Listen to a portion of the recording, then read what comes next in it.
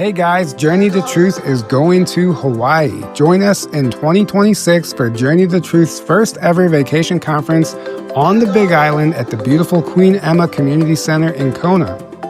Enjoy Hawaii as we travel to sacred sites and connect with our Lemurian past and reactivate the land. It's time to get our bodies moving and take a boots on the ground approach to the awakening.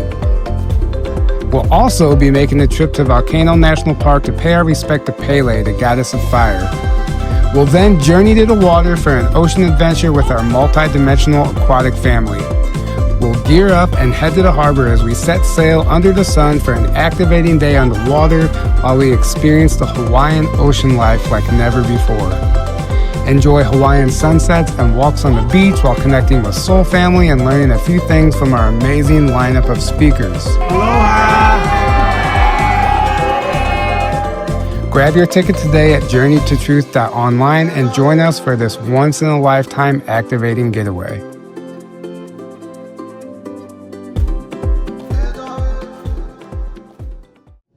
That's no moon. It's a space station.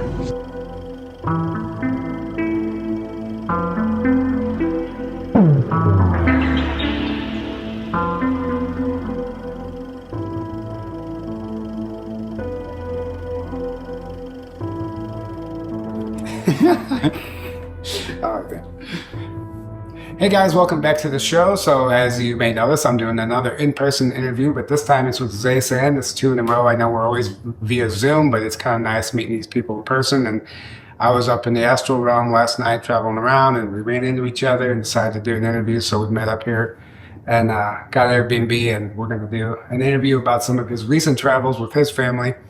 And if you don't know his story, I highly recommend going back and watching the first 2 episodes that we did with him.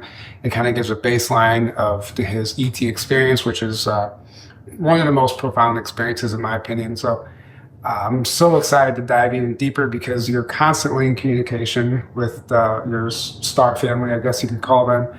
And you've been telling me some amazing things about a recent trip you were just on. And, you know, for people who don't know, maybe you can explain how one of these trips actually takes place. So you're physically leaving the planet and going on a journey with extraterrestrials, for lack of a better term, and coming back and writing books about it. And your most recent trip, you got to witness something pretty amazing. So I'd like to just start with that and let you explain, you know, what you saw and what you learned, what that was like.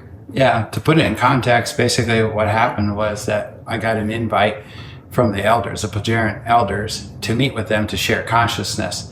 And what that means, it's kind of complicated for a lot of people, but it's very simple.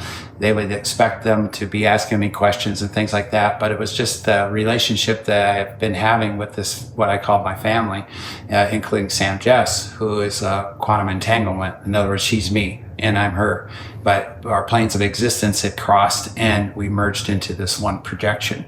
And the process was, well, they have been following us, the elders and other people, because of the relationships that we are creating. And so they invited us to come and share consciousness.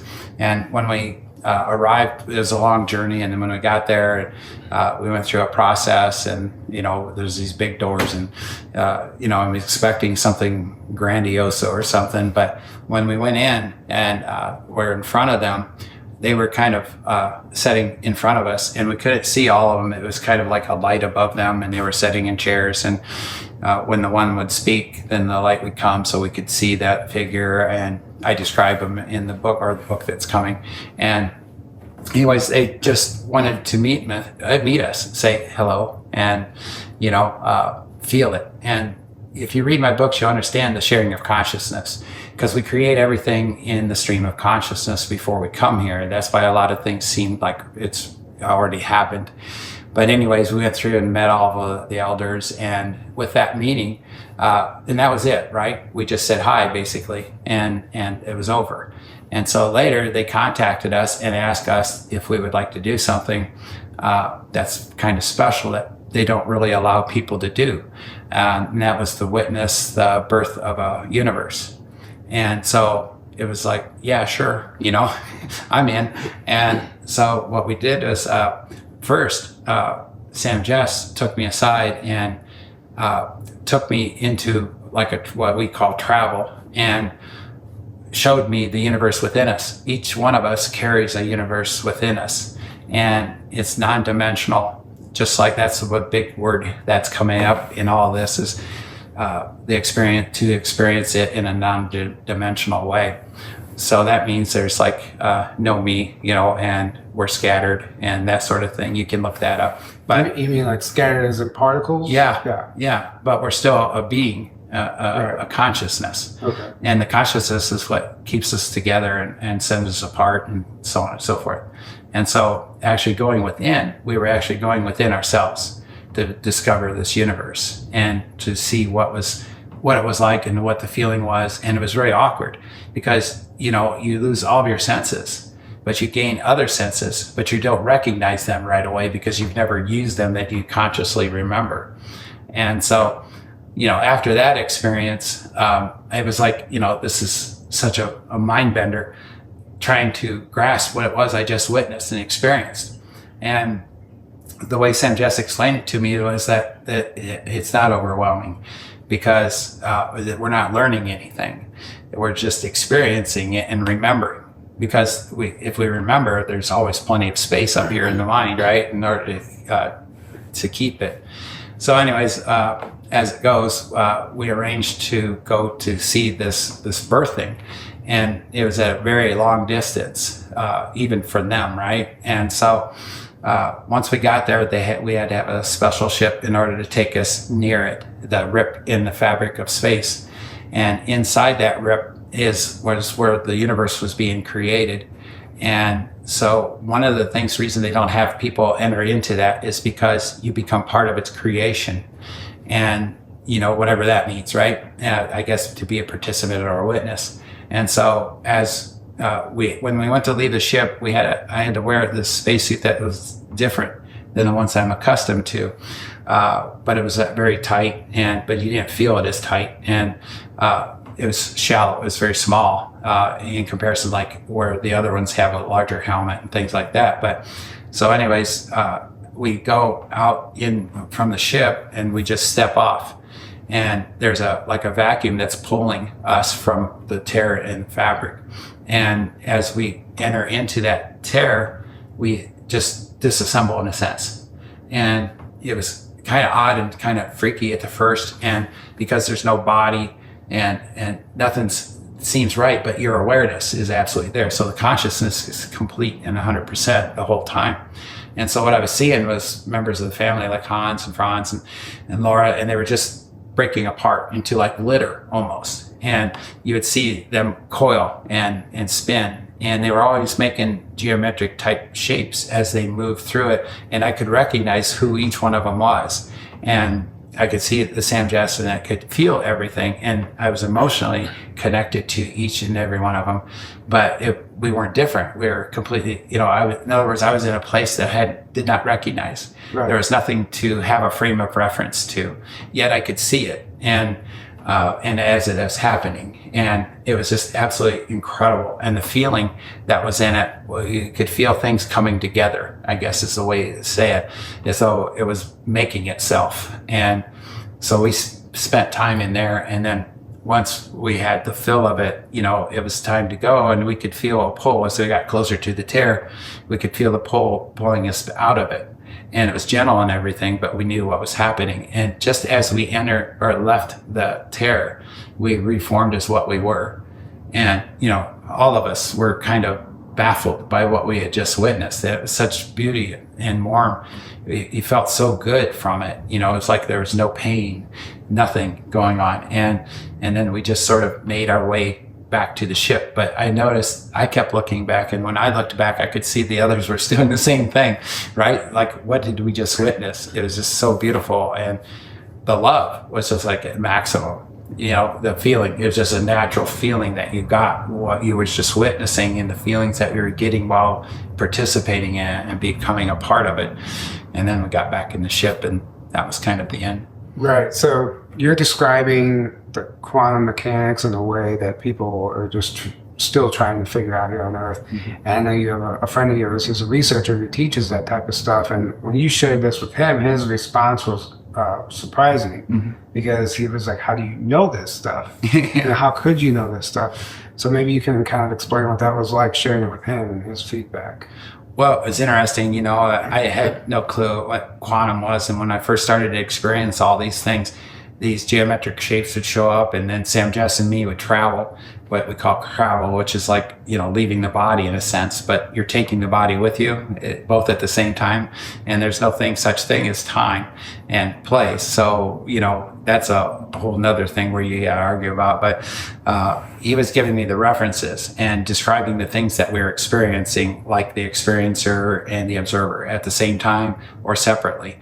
And, you know, when we follow straight lines or things, there was always a reason for that. And like the coils, the reasons for the coils, like there's things in the quantum, like you're always in the quantum fluid. And when you're in the quantum fluid, you don't see the color until you recognize it.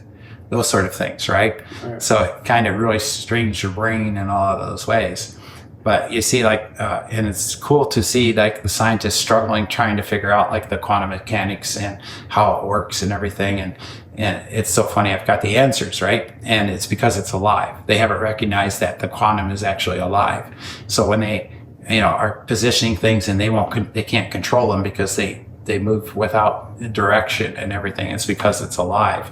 And when you're experiencing the quantum, when you recognize that you're within the quantum, you understand that's the source of all things, you know, whether it be what your God is or whatever it may be. That's what was being talked about. There's no time, no distance, no body, no me, in a sense, because we're just a fragment of essence that we have what I call consciousness, which is in the book too.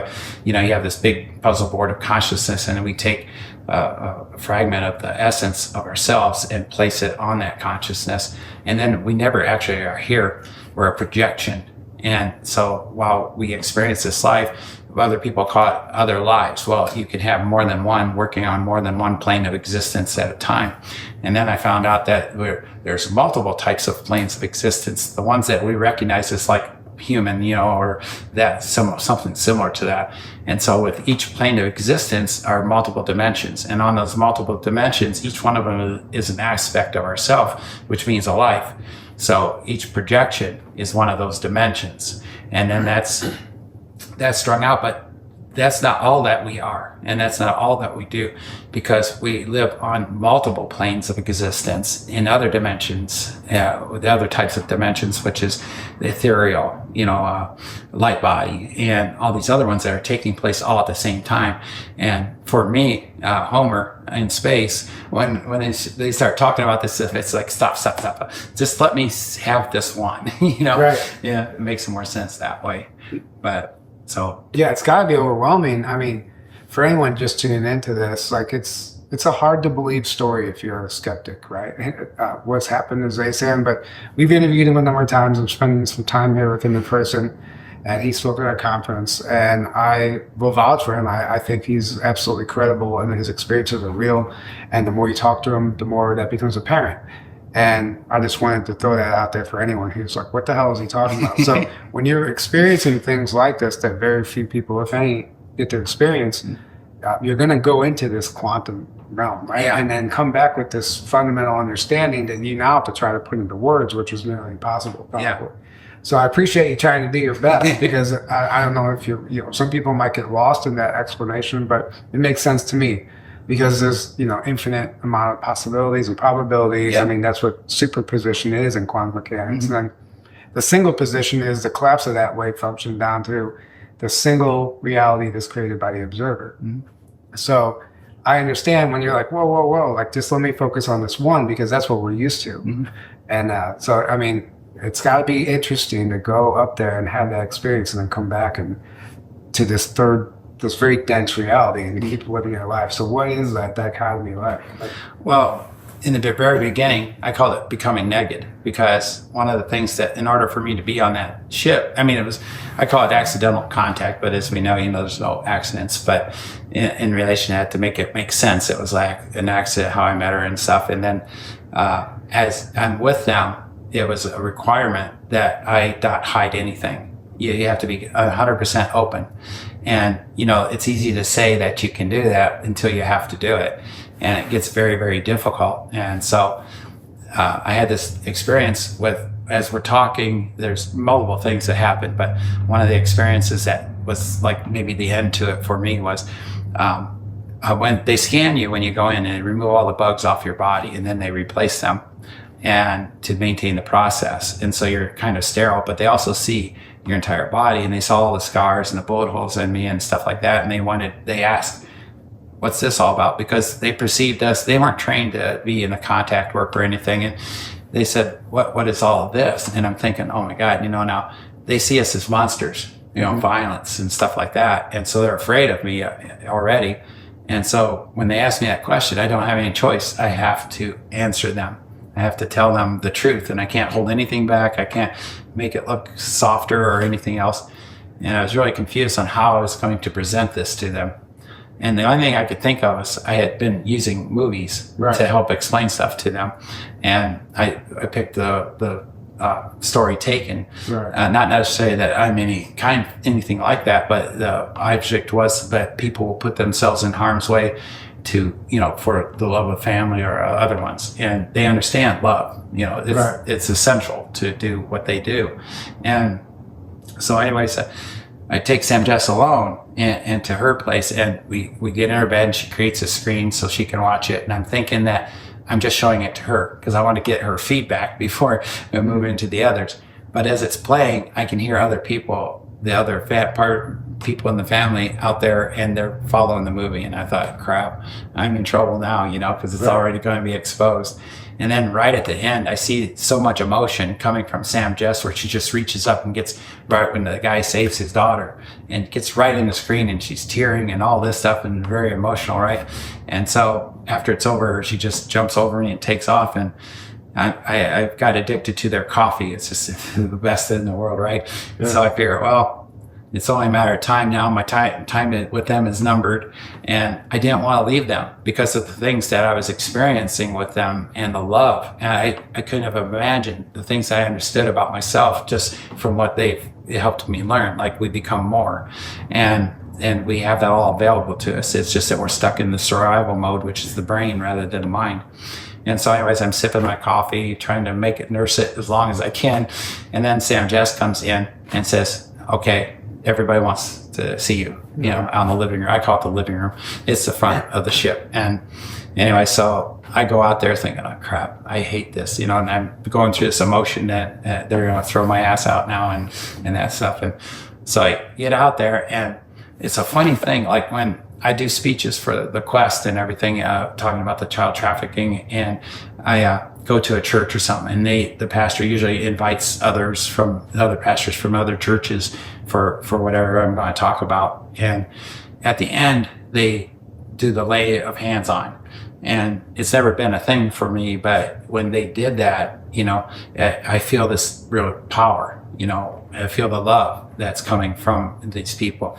So when I'm on the ship, I walk out into that crowd, and they're all teary-eyed and everything, and that's what they do. But when they did it to me, when they touched me, I just boom right to the floor, and I could just feel like this flush come out of me, and that was the love. That's what a lot of people don't understand about the love. It's the emotion, it's the expression, and the genuine love, and it just flushed me out. And so ever since then, I started to understand, and I explained about the parts, how you activate what we call magic, we are capable of itself.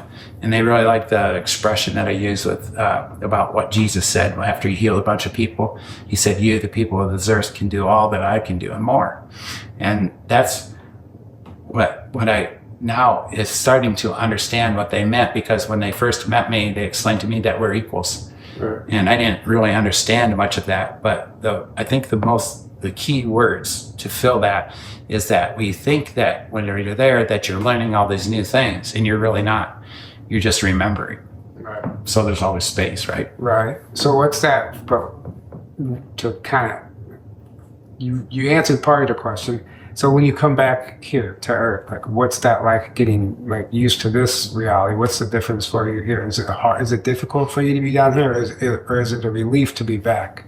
It's a little of both. It's kind of a mixed bag, but I'm quite different than most people. And it's like they want me to be with them, to stay with them and stuff. I have that permission, but I can't because I've got responsibilities here, and I believe that's as important as being with them. I run the quest to save the kids, and I also do some work, and I also have a life here. You know, I've been here for a long time, so I've established friends and things like that, and so I stay connected. But then I'll feel this urge, right, that I need to be back with them. And so for the longest time, how that worked, this is the fun part of it, how that worked was I would go and walk into my hallway, and I'd see this blue light, and I'd just step into it. So one step into it, and the next step was I was on the ship. And that has to do with the way that they move their ships and things like that. It's all connected to frequency and unique frequencies. And so I got really used to that, right? And then I noticed like they would take like 20-minute breaks now and then throughout, you know, a 24-hour period, our 24-hour period. You mean like their rest Yeah. period? They don't sleep. They take 20-minute rest period? Yeah, where they just like sort of like meditate, something similar to that. But what they're doing is accessing the consciousness, the streams of consciousness. So in that process, they're able to communicate to multiple people, even thousands of people. And they may not be fully aware of a lot of them, maybe 5 or 6 of them, but the rest they're not fully conscious of. But the projection of themselves with these other people, they can remember if they wish to single any of those out, and they're fully conscious in speaking to whoever it is that they're communicating with, right? Mm-hmm. But they mostly focus on like 5 or so, and they'll have experiences, and they're good to go after that, you know? And so it was one day we were on Sam Jess's island in her house, and we had a campfire and stuff, and they invited me to take a rest period with them. And I thought, wow, that's cool, you know? Mm-hmm. And so I went in there and I sat down next to him, and she said, just empty yourself out and relax, fully relax and breathe. And I started doing that, and it's like, I'm not seeing anything. Don't feel like I'm resting. Nothing seems to be happening. And so I'm saying to myself, damn, it's not working. And then I hear Sam Jess in my head, and she's like, it is, you're there. And right then I just felt so comfortable. And when I did that, I started to see things. The first thing I saw was like my old grandmother, my Lithuanian grandmother, way back when I was a little kid. And I was never felt like I was that connected to her because I was young, and, she passed away before I got older. But I recognized everything that was happening. She's cutting peas, splitting peas and stuff like that, and putting them in water and all this outside. And it was like, I didn't realize how connected or how much influence she had on me in my life. And then the next thing I see is this cat that I had for 26 years. And she came at me and just walked right through me. And I could feel this warmth and this love that was taking place. Next thing I know, I'm on this rock. And on this rock that I remember, it was out in the desert, and this precambrian blue rock, and there's a stream right next to it. It's just this beautiful place. And as I'm laying there, I feel the warmth of the rock and the sun, and I look up and I see this hawk, and next thing I know, I could see the wings side of me. I was actually inside the hawk, and I was seeing through the hawk's eyes. And then I returned back to this rock, and it felt like a lot of time had passed, right? And then Sam Jess nudges me, and she goes, get up. And so I wake up and I go, oh man, I said, I'm sorry. How long was I gone? She goes, 20 minutes. And I had this full experience in that short time. And see, that's related to what I started to understand about, like they talked about, like I was describing before, you have the plane of existence. And in one of those dimensions is me. It's the projection of me here on Earth. And the thing is that it's not just that. It can be so much more, like everything else. And when I learned the rest period, I didn't realize that I was actually in that place. And how it come to be was they described this to me, and they explained it to me, and said that when I come on a ship now, that I can remain home, and I can also be there with them, and that's physical, both places. And so not just imagination or something. And one has to rest while the other one can be fully active. If this body is active, then that body has less energy. So you have to deal with that. But so the next time I started feeling missing them. I wanted to go see them. I walked in the hallway like I always do, and it was nothing. It's like, what? And I did it again and again, and it wasn't working. And so, the only thing I could think of was just think of Sam Jess and feel the love, right? And so I started feeling the love and everything. And suddenly I could see her, and she was like writing on this, like they create there's no board there, but they create one, and they're like writing on it. She's doing some kind of calculations, and I'm sitting there watching her, just feeling the love that I have for her as well as the rest of the family. And I could see her kind of turn her head just slightly and see it kind of crack a smile. Mm-hmm. I said, "You see me?" And that she says, "Yes, this is what you did." And I said, "But why did you take away my other way, where I can just come here, my one body?" And she goes, "Because you need to understand this. This is part of what you're capable of." And she wanted me to experience it for myself. And so that went on for a little while, and I kept bugging them. I said, "Can I just come the old-fashioned way?" Right. And yeah, they agree I can do either one. But it is that you do have the possibility of splitting that aspect of yourself from more than one person, right, in a sense, and being to more than one place, not bilocate, but be in more than one place. Right. Yeah, that's amazing.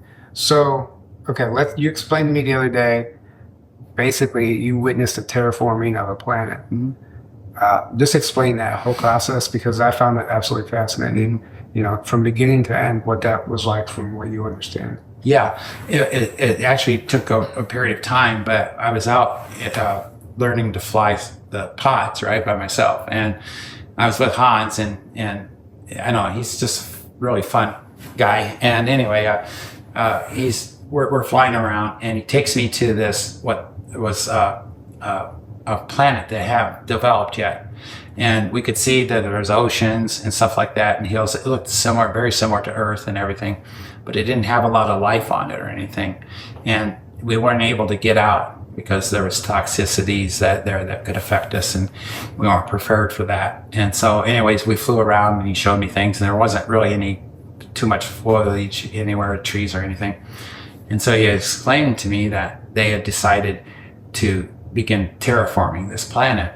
And how that process works is they take the makeup of this, and there's people out there that's all they do. They like animals, insects, and everything that connects, one thing to another to create it. But due to natural law, they cannot alter the place in any way that it couldn't become it on its own. Right. And so what the first happens is they go through and analyze what type of planet to make it, and what kind of plants and all these things, and how many, will benefit, how many type of species can go there and exist without any, need for suits or anything like that. And when they do all this analysis, and within a week, they have the complete plan. And this is unified for several species that do the analysis, so that they can make the most benefit from it and the benefit to the universe. And so they developed the plan. And so the next time that we went to visit it was down the road a ways, and I started to see foliage, small trees and things like that.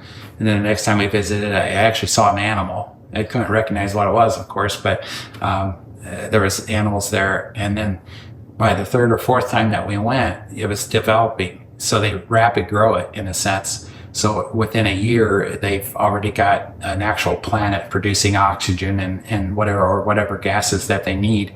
And they have already integrated the types of bugs and everything in other words, what life they put on there has to benefit, be a benefit to it. And then the next life form benefits that one and the next one. And so everything together creates what will be a stable environment and the layers of the atmosphere.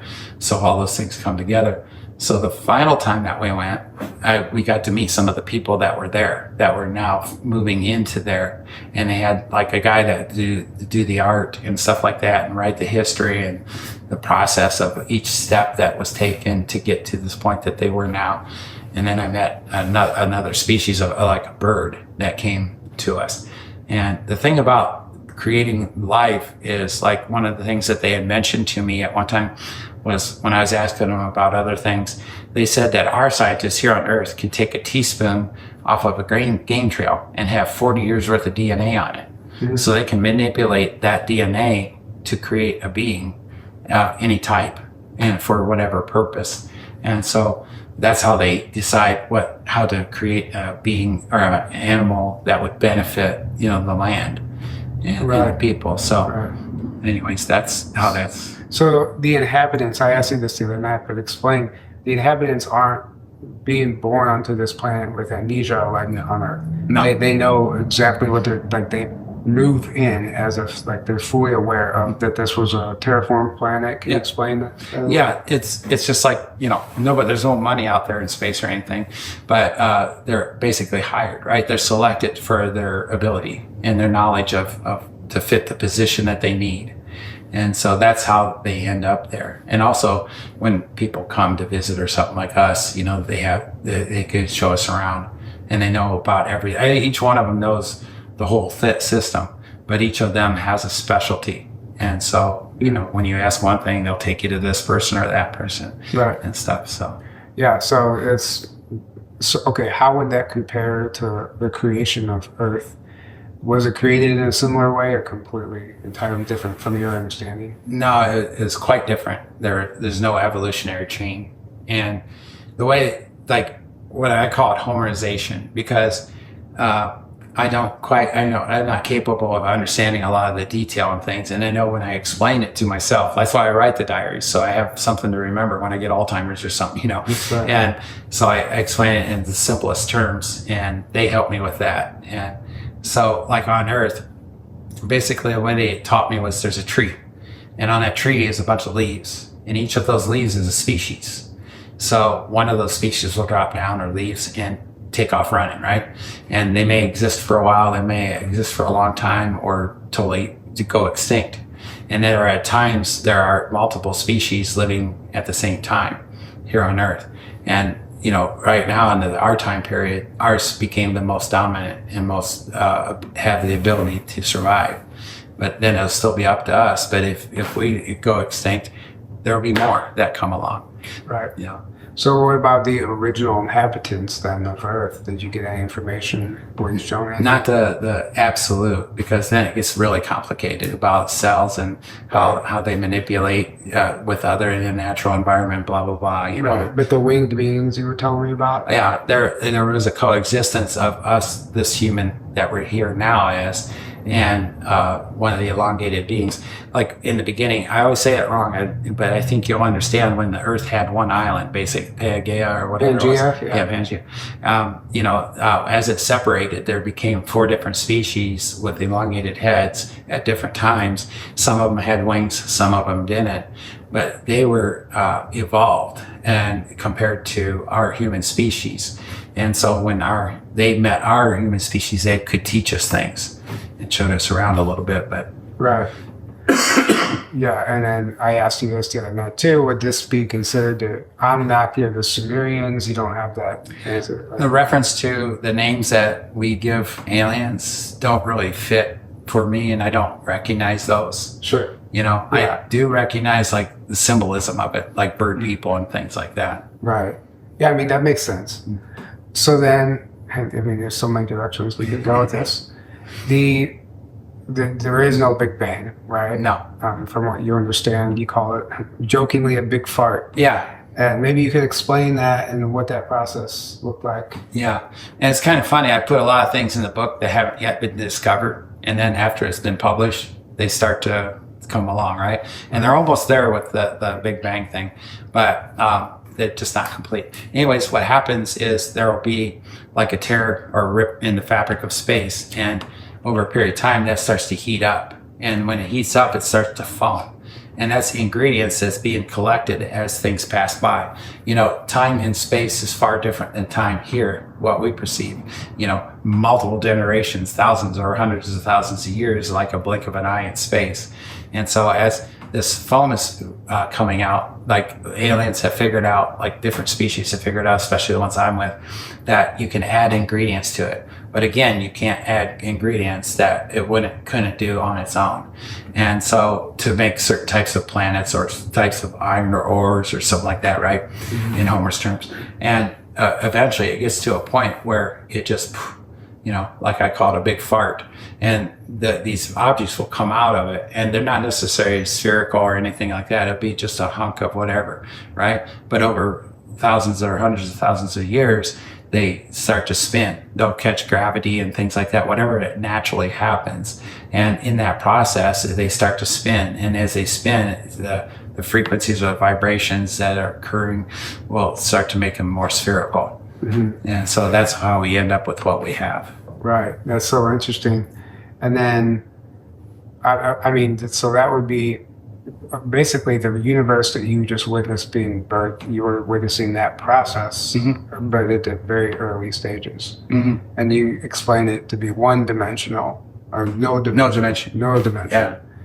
And so I guess it's through that process of whatever natural cycle that is that the dimensions are created, like the layers of like how the atmospheres and stuff. Like what does that look like? Well, it is like just like the planets, how they form and how they end up being spherical. In these births of like universes, what happens is it's layered. So it's just like us, you and me sitting here now, we perceive 2% of what's around us. That's the best that we can do. When there's so many different things around, but we may see them, but we don't recognize them. So our brain doesn't have a reference. So they're not there. Right. But when you start to understand them and start to learn of them, or you're brought into a position where you're experiencing it, then you start to recognize it and you start to be able to see it. So when you have a birth of a universe, it depends what you're capable of seeing to what, like we're a three-dimensional world, right? And so maybe that is the only thing we can perceive, or else maybe another being can see more of them. So it's like layers upon layers. Yeah, that's where it gets complicated. When they start explaining it. I get that. So, okay, whenever you've claimed that you've gone up there, but they also come here on occasion. But they can't just come here haphazardly. Like there's a protocol; they have to get permission and go through jump through all these hoops, right? Yeah. And so it's very rare when they do get to come here. But they've spent time here. These Plejaren ETs that look human, they just have bigger eyes. Yeah. And they can hide easily amongst us. And they've spent some time here with you. And I know you've explained that in previous interviews. But you mentioned that they just can't come. Like they have to run the scenario of whatever they're coming to do through whatever technology it is to see all the probabilities and to see if it could potentially be detrimental. Can you explain that a little bit? Like why that could be detrimental if they just wanted to come like hang out right here with us during this interview or something? Yeah. They've developed like glasses, like gargoyle glasses, and it's kind of funny. They also tint, depending on the sun, but it minimizes the size of their eyes. Even though that they could be walking, like I've taken her in malls and stuff, and nobody thinks nothing of it because they're so similar to us, and but in their mannerism is what's different. And for the longest time I couldn't figure out why are they spending so much time with me and showing me all these things. And now after time has passed, I start to see why, because I watch the child in her, right, or in them when they experience something, and they're seeing the same thing from me when they show me or teach me things. And so the process is pretty simple. They send it to like command or wherever. I got to make up words because there isn't any words for how their levels of whatever permissions and stuff. And it's gotten to a point. In the beginning, it was very sketchy, right? Whether they were going to allow this to happen. But they also knew me, and I can't hide anything, and it had become negative, right, in that process. So they understand where my feeling and my energy is coming from when I make an offer like that. And plus, I have a lot of experience in that kind of field of protection and everything. And so, they would grant it. It's limited. And so we did these small excursions, like to the mall and things. And all that stuff is calculated. by other beings that decide whether or not this is working or if this is too dangerous or one thing or another. Right. It's not that they're afraid to take risks, and there's also, it's just like, if we go to shoot at a UFO or something, you're only going to hit it if they want you to, Right. and it's impossible to beat them. And just like when I met her in the swamp and we went through that process, it's a long story too, but it's in the first book. But as it went through the process, what I didn't know was that at any moment where the captain was watching from the ship, he could have, boom, had her back in the ship out of harm's way. So it's monitored in that sense. Right. So less permission and more monitoring, it would be the thing. Right. But you you hinted at the other night where it could be almost detrimental in some cases. And I don't understand it. We're just like, we're talking like time travel paradox stuff, like they can like affect the timeline if they come in the wrong place or time. Yeah, that's if they would interject something other than being human. When I bring them here, it's experience only. They're not creating anything, they're not changing anything. Right. So that's a safe road to plot. But we, like, for instance, when we took a cat back, we had to interact. And in an interaction, the way it works is how I did it and what they approve of is I would lead the conversation and the direction of what we were doing. And then she just played a person. Right? Yeah. It's very easy to do. Right. Like a parent and a child. Yeah. Sort of thing. And so there was no, there's no alien thing going on. So they couldn't interact with me or a stranger or anybody because it could affect the time. It could affect my life. It could affect whoever they interact with, and it could change things. I would control that conversation. Right. But just again, it was like a parent and a child, right? Yeah. And she would be limited at what she would express to somebody else around. Sure. And she would look to me. So it felt totally normal, and what you would expect from someone. So it was never changing any kind of rhythm or path. Okay. Yeah, that's what I was trying to understand. Yeah. Yeah, I mean, that's fascinating. And, what I was going to ask after that. Oh, you took them fishing, which I find interesting. So these are the types of experiences that they have. Yeah. And can you explain like how they reacted to fishing? Oh, it was so fun. I took a bunch of the guys, and because I had talked to them about it and I showed them like TV shows and stuff, and they were kind of interested in how that works and all. And so I got a Jeep, and so I'm taking them to this place. I know a guy that lets me fish at his place, and so I knew it would be secluded, and there's no visual from the rivers or anything else, so it's very secluded area. And so I took them. Of course I had to dress them right. Had to get them in the garb, and always played jokes with them and things like that, driving over trees and stuff. But I get them back there and we're all set up, and I'm helping them learn how to do it. You put the bait on, and let it out there, and if you feel something, it just, and they're talking, right? And we brought a cooler of stuff, and so anyways, we're enjoying the time, and that's what I'm explaining to them. You don't have to catch fish to have a good time. A day fishing is a good day, no matter what. And suddenly the captain hooked one, and he was freaking out and like jumping up and down. He didn't know what to do. He suddenly forgot everything I had told him. Yeah. And so I was helping him out, and then he gets it in. He's just bragging about the fish that he caught. And then Hans comes over and he's looking at it and trying to figure out the geometric and, how it works, how the fish works in the water and stuff. Yeah. And so, that was essentially what we did. Was just teaching them to how to go out and have a good time on Earth. Right.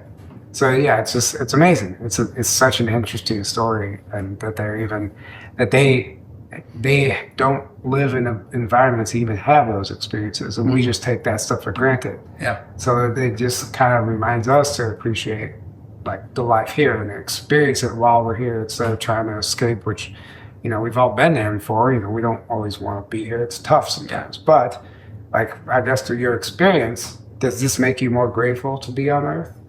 Oh yeah, absolutely. Yeah. And I miss it a lot of times.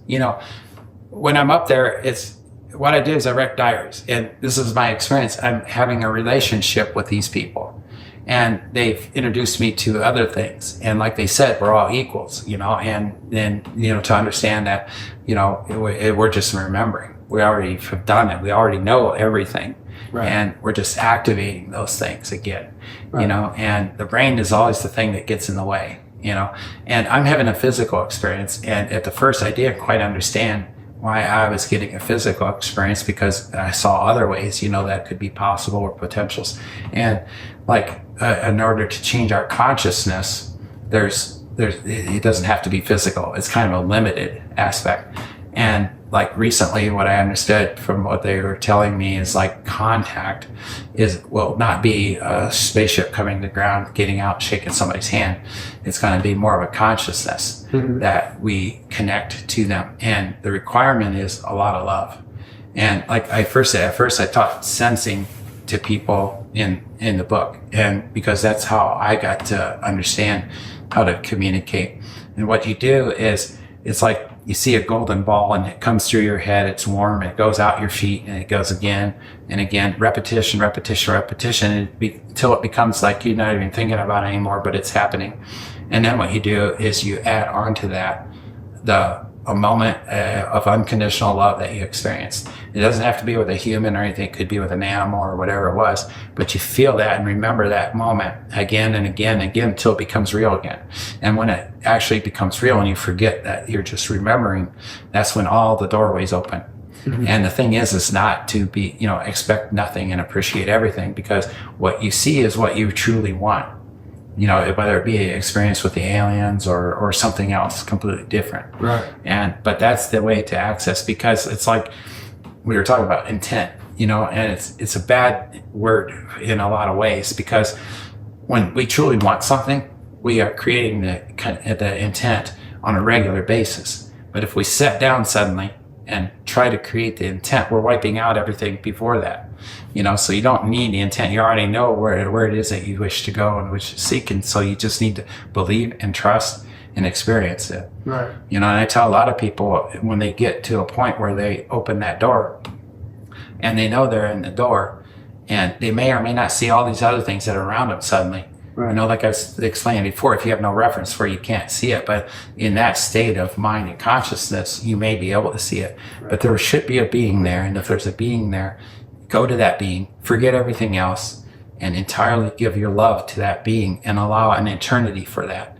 And if you allow the eternity for that, of course, it's probably not going to be an eternity, but what you'll get is the complete experience. And then everything else you'll know that was around you. You don't have to figure them out. And a big important part of that is to be in the mind, not into the brain, because the brain's going to try to save you and protect you and create things for you that don't fit. And so you may have a terrible experience because it's not real. Yeah. Where in the mind, if you allow that to happen, don't ask questions, just fully experience it. All those answers are already answered. All those questions that you may have had will be answered. And then the things that you still feel more about, it'll come in time. But when it comes through the mind, it'll be pure. Right. So it'll be a very genuine experience. It's being processed through the heart. And that's, you know, it's not just the mind, it's the heart first, the way you make it sound. Heart, emotion, and feeling. Yeah, exactly. So you mentioned you got to experience or witness how they fly a craft straight through a mountain. And I showed you a video, and you're like, that kind of looks like a Plejaren craft. And we watched this video, a TFO flying into a mountain. And can you explain, like, how did they explain to you what that process was? A little bit. I didn't really have to explain much of that because of how they travel. You know, they don't have fuel, they don't have that sort of thing in order to move from one place to another. And for lack of terms, right, in their computer on the ship, wherever they want to go, they'll pick that point in space. And they can see every frequency, because everything has a unique frequency. Every frequency of anything that would be in that space that would be in the way, right? And they also can see up to about 3 seconds in the future through this process because of something may be coming or whatever. And once they identify every frequency, then they just become that frequency. So they're not flying anywhere, they just become that frequency in another place. Right. And so when you go through, like they had a specially designed ship that the captain was all excited to show me. And so some of us got in it, and he took me, and I didn't know what was going on at first, but we were headed right for this mountain, and he said, watch. And it was kind of funny because I felt myself like relaxed. It was like, I shouldn't be relaxed or interested in a mountain. But the trust, right? You have that feeling of them. And we went right through the mountain and it didn't disturb anything.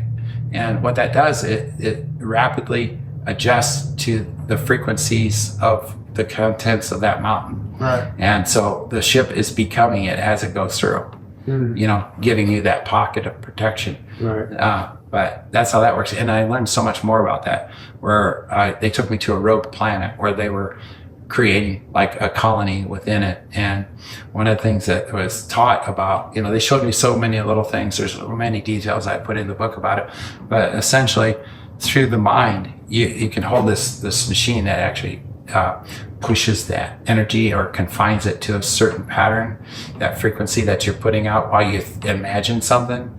And I was to imagine what I would like to see in front of me, right? In other words, this part of the structure where these tunnels were coming together.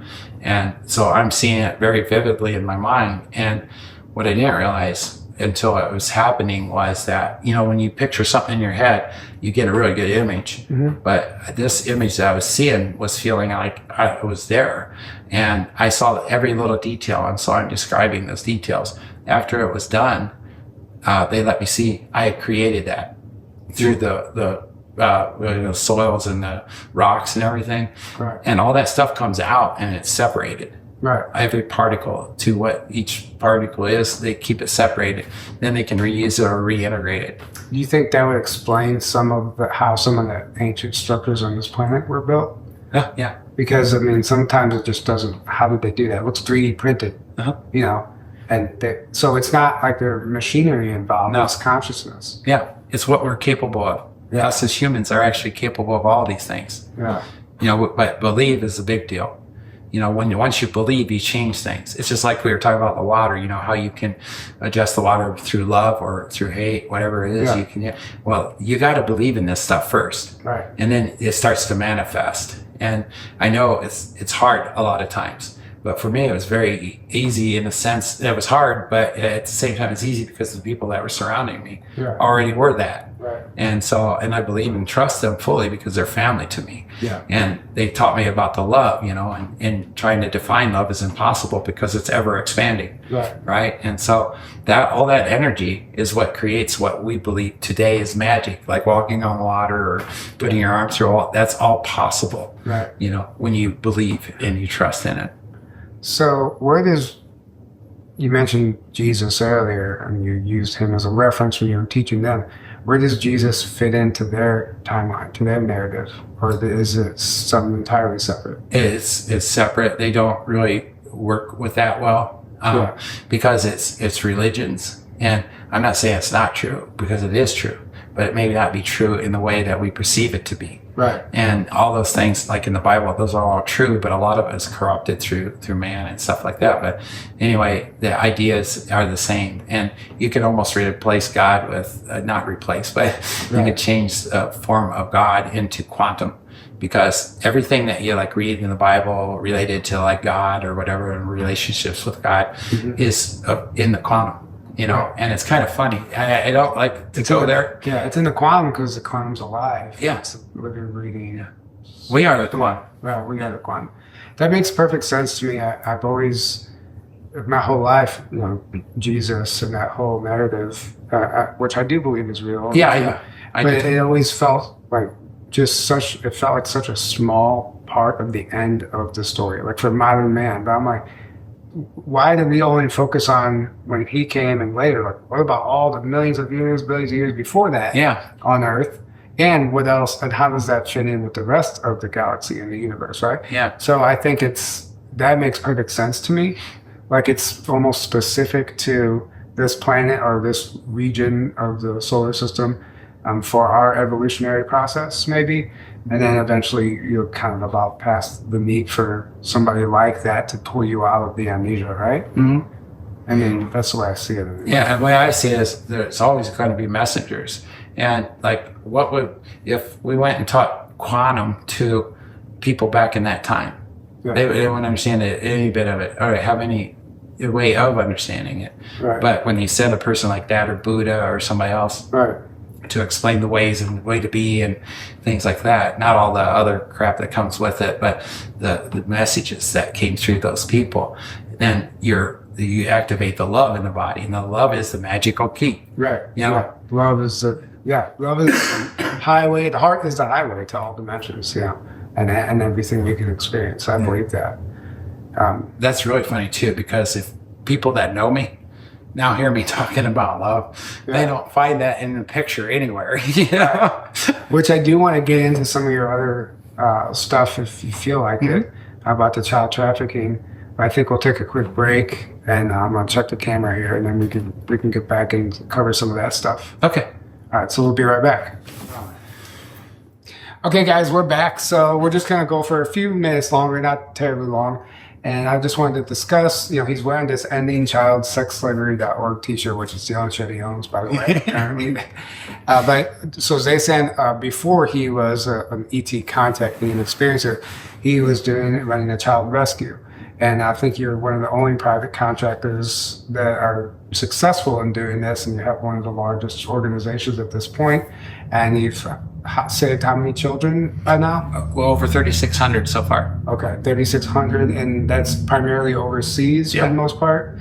And that's because you're not technically allowed to rescue children here? Yeah. Can you explain that? Well, in the United States, a private citizen can't go out and rescue these children because you're in violation of so many different laws. And for the longest time, it's been very, very difficult for that. The process, because the police didn't want to get involved, the time it would take, and the overtime, and just paperwork, bureaucracy, and all that.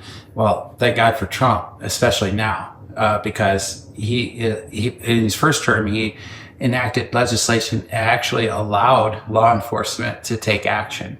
And it's evolved since then, since he's been in here. And I think it's rescued like 300,000 kids from trafficking or trafficked victims. So it's working. Since he's passed that legislation, so since these guys have been given a green light to go, instead of, I guess the opposite would have been they were kind of protecting the traffickers because it was obviously corruption. Yeah. Well, you go police department, nothing against these people, but how the bureaucracy works. You got to get approval and for overtime and stuff like that. Then you have to have somebody go in there and physically see the thing. And the funny thing is that I'm explaining all this to a sheriff that was at a human trafficking event. And so he called me out. He said, "No, that's not true." And I said, "So, okay, let's go to LAX. I took him to LAX. I told him how the girls would come out, how many people would be with them, man and female, and how they would be holding all their passports. And then we would walk with them, and I'd tell them what type of van would be picking them up and taking them somewhere. And I would tell him what they would be explained to at that time. That's when the kids would find out what they were actually here for. And then what they do is they hook up with a realtor, and that's got mansions that he knows are going to be unoccupied for a while, and he'll lease them out for 2 weeks. And then before any police activity, even if they knew that all this was happening, before they could even become active, they've already moved to another location. And what they do is they send it out. Sometimes they sell the girls, sometimes they just rent them out and those sort of things. But they got the method down. There's no way they can really be caught. And even though that Trump has allowed for the agencies, FBI and such, to go after these, there's also requirements to meet, and there's so many requirements. Like there has to be at least 20 kids involved, and we have to have descriptions and definitions, and if all that passes the goo, then they'll put you on the list to be investigated, which is probably going to be over because there are so many. But I can't believe how well they're doing already just with what is. And still the citizens can't really be involved. We can point it out, say, hey, go check this out, and hope something happens. Right. Yeah. So you were telling me about something that occurred down on our border. So that would, I guess, be technically here in the States. Yeah. So what did you see there, and what's happening even to this day that most people are largely unaware of? Yeah. Well, like one of our first times ever, somebody actually called us to ask us for help. And so we looked at it, and it's illegal, right? But on the border, there is no law. And like when we went down there, when we went in the first time, we had 3 Hummers and all privately owned. And what happened was they opened up on us with 50 caliber and it was just decimating the Hummer. And one of our guys got hit, but it wasn't bad because it had to pass through the steel and stuff. And so we got out of there and we returned. And this time we silenced those 50 calibers. And we ran into a border patrol guard. And he told us, he goes, I really don't care what you do out here. He goes, just have respect for the dead because there's thousands of bodies in this 20 square mile area. And it was absolutely true. And what we did was we went there because we knew that there were roaming children. Because as the kids come across the border, what they do is they charge them to bring a kid because a kid makes it easier for them to cross the border. Well, that was kind of in the wash, but the people that were crossing didn't know that. So they get to charge them more money. And then when they come across the border, they would abandon the kids. And so these kids would be wandering. I mean, little kids, right? And so we drove around and just started collecting kids. And this organization across the border actually brought in buses and they told us where the buses would be. So we would round these kids up and we'd be careful. There was bodies everywhere. And we would make our way back to the destination to put the kids in the buses. And then we invented these places too. By the way, we knew that these were legitimate places and they truly wanted to do something to help. And so we also got to witness what we had heard about but hadn't seen yet was the rape trees. And that is these particular areas where the cartel will bring the people through and then they abuse the women. Like at least 70% of the women are abused and children. And a lot of them die in the process, what they do. And what they'll do is they take the clothes off of them and throw them up in the tree. And those are designated rape trees to let the other cartels know, where they did this or whatever. And so it's just sick, the things that we witnessed. But in those 3 days, we got 300 kids just roaming, all by themselves. It was unbelievable. Wow. And that was what year? That was just recently. Really? Just before Trump took over. Wow. Because it all ended when Trump took over. But, what the idea of the kids is that when they knew that they would be abandoned when they come across the border, and they knew what the Border Patrol, they didn't have enough people. They had far too less of people because they were processing people without any really validation or anything of who they were as they crossed into the border. But they had to process them. They had to give them some kind of paperwork. And so the more that there were kids and the more the people that they were processing, they couldn't patrol the border at all. So it was wide open. And so everything was coming through. Wow. I mean, we saw abandoned drug stuff that was left out there that we could have picked up, and right. It was insanity. Wow. So that's it's heartwarming to know that it's come to a stop at the border. Mm-hmm. It's a shame it took this long, but at least we're seeing some progress now. You were telling me about, so overseas you work primarily because that's where you can legally and make a difference. Not necessarily legally, okay. But we can create our own laws. Okay. And I have human law. That's what we go by. And you have how many people technically working for you? Well, there's nobody's paid. And we have over 500 volunteers, every race, religion, everything. It's just amazing. And they all work together on this stuff. And basically what they do is they search and they find these brothels.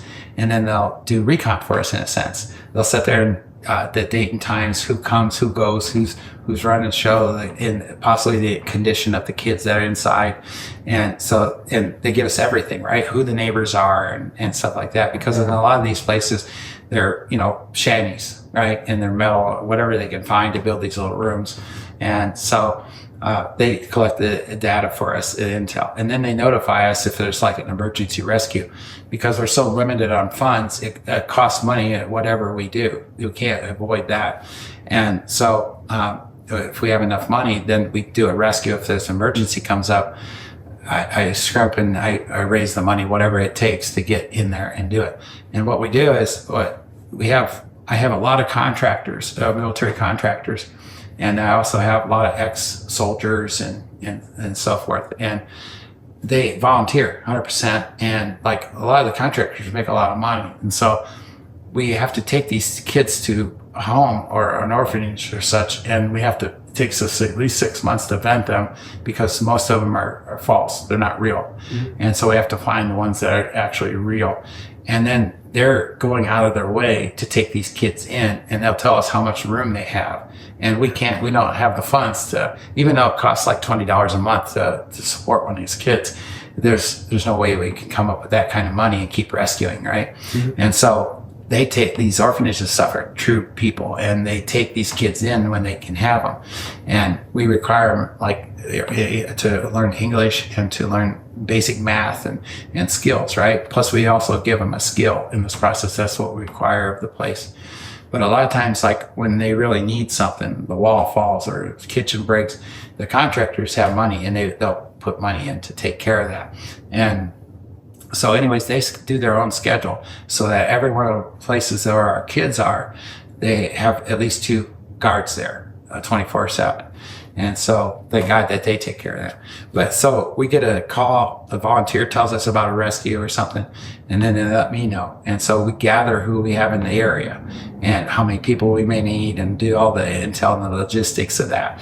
And then we look at it together. I use Viber, and I'm talking to them and the commander and designated what does what. And then we come up with a plan and we argue it out until we're satisfied with it. And then just like, when you got a plan, that's when you make God laugh because, things can go south really quick. But these guys are so skilled and they know each other. And so we know who would fall back on this or that in order if we have to deviate from the original. Then we get them to a safe house, which I've acquired. And in that safe house, they're looked over. They're bathed, they're given new clothes. And when we can afford it, we give them a little stuffed animal, something that they own themselves. And when we do that, we hope to have a medical person there. Usually it's just a nurse or something, and the nurses over there aren't quite skilled like the ones here. But at least we get a good evaluation and make sure that we can transport them to their next location where they're going to be. And also we try to have a female there, whether it be one of the soldiers or somebody else, to explain to the kids what's going on in the local language. And then we'll actually take them to a place. And what happens once they get into that place, like I already told you the requirements we have for them. Well, therapists or anything like that doesn't work. And so we have ex-slaves that will talk to them until the point that they break them to where they open up and they start to express themselves about things. And at that moment, they become so proud of the scars that they bear that they're more powerful than anybody else, right? And things like that. And beyond that, we give them jobs inside the orphanage, like chores and things like that. And they really love that stuff. Plus, we give them a uniform, and that is their prized possession. And then in the orphanages, we remove all the doors, and each kid gets their own cabinet or dresser thing, one box.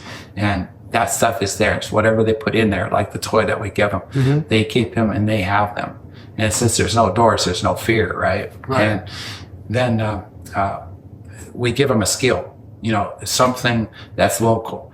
And these kids aren't looked down upon and labeled if they don't make 4 times the amount of the average person. And in these areas, the average money is about $150 a month. So we give them a skill to meet that 4 times. And they're respected. So, and every one of them always end up coming back to help out. Yeah. Also about volunteers, like a lot of people want to volunteer, and that's all really good and everything. But I tell them that the minimum is 6 months, but we prefer a lot more than that because these kids have had so many people come in and out of their lives. We don't want that to keep happening. So we give them something that's steady. That's beautiful, all of that. And so these kids then, you check back in on them frequently after they've gotten a job somewhere and stuff and they're doing okay? I know where every one of them is. Yeah. So they're not getting pulled back in. No. Right. And we don't remove them from the culture, which is a mistake of a lot of them do, because an organization will come in and they'll reinvent them in a way. And then they run out of money and they leave. Right. So we don't do that. Yeah. That makes sense. Keep them what they're comfortable with. Yeah. So whenever you go in and rescue children, obviously, I don't know how each operation probably is very specific to the situation, but so you'll go in and silence the guards, for lack of a better term, and then you'll pull the children out. But what's stopping those guards or that team that ring you from continuing the traffic? Nothing? No. But you're still saving the children. Not really, but what we do is we make them lose face. Like we'll strip them naked, duct tape them, drag them out in the street. Little things like that may deter them, because then they're use material. They probably ain't going to get another job. Right. But we also take down the bosses by money, right? We cost them more money than it's worth to them. But they keep always trying to resurface, but we make it very difficult for them in that way, just because of the actions that we take upon them in their businesses. So we win in the end, but you'll never ever stop it. Ever. Right. Yeah, it's like you'll never kill all the mosquitoes. Yeah. I mean, yeah. Unfortunately, we laugh, but it's it's that bad. And why it's how it's gotten that bad, it's beyond me. But and the awareness, I don't even think most of the world understands how bad it is. We had an app at the border. You could buy a girl by age. Really? Yeah. They had an app? Yeah. Who did? The cartel. Oh, really? Yeah. And they would deliver the girls. Wow. That's how bad it was. Yeah, I've heard that they're sold on websites and Yeah. stuff like that too. Alibaba.com was one of them. But I want to go back to, so you spoke at our conference, and the last night we were doing a speaker panel, and you weren't participating in a panel because there was a rescue happening simultaneously, and no one knew. But during that period, we rescued, 14 children? Mm-hmm. Can you explain what was going on while we were up there, having a speaker panel? Yeah, just like I talked about, there was a emergency rescue, and they contacted me because I have to approve. And so I created the organization. The guys were already gathered while they were waiting on me to get to the phone. And so we discussed it, and it was a pretty simple operation the way we had to go about it, but we put together the plan and everything. Everything is 4 to 7 minutes. And sometimes it's a little shorter, sometimes it's a little longer for in and out, because it's a military operation. We have a no-kill policy, but we also have preservation of life too, which hasn't occurred yet. At one time we had to bury ourselves in order to avoid being seen. But yeah, so basically I ran that through, and then they rallied. They were already on the right route to the place because they knew it was going to go on. And so I got on there and gave them the go. And so I then was able to watch and see that everything was good. And once they were clear of that and on the way to the safe house and we didn't have any shadows, I was able to return. Right. So, yeah. So that's how it happens. Mm-hmm. At any given time of day, I guess you get a notification. Yeah. And then that means you have to stop what you're doing. Yeah. And this is do it. Yeah. Right. So one last story I'd like you to tell, because I thought it was interesting. You, and I don't know if this was with anything to do with the trafficking or not, but whenever you just volunteered yourself to walk out to those guards, was that on a trafficking rescue? Or that was something different? That was when I was a contractor and was, there was no way I could die. Right. So you volunteered yourself to be the distraction so that they can take out the team. Yeah, I was insane. I was getting to that point of insanity. Yeah. So I understood. I understand the levels, right, of where we can go and where we can't go. Yeah. And so I keep the team in that place too. And this is one interesting thing is, I don't know how it happens. It's some sort of miracle, but almost all the people that I accept in are broken in some way through what they've witnessed and everything, doing their work. And when they come to me, it's either the first or the second rescue. They have no more PTSD. Yeah. They're completely healed. And I don't quite understand it. I have an idea, but I think it's the beauty of replacing horror in their mind with something far more powerful, which is love. Yeah. And they see it, and it's so cool when I'm able to see them actually pick one of those kids up and hold them. And it's just amazing. You can see and feel the energy that's coming through that isn't visible on the screen, right? Right. And so it works for all of us.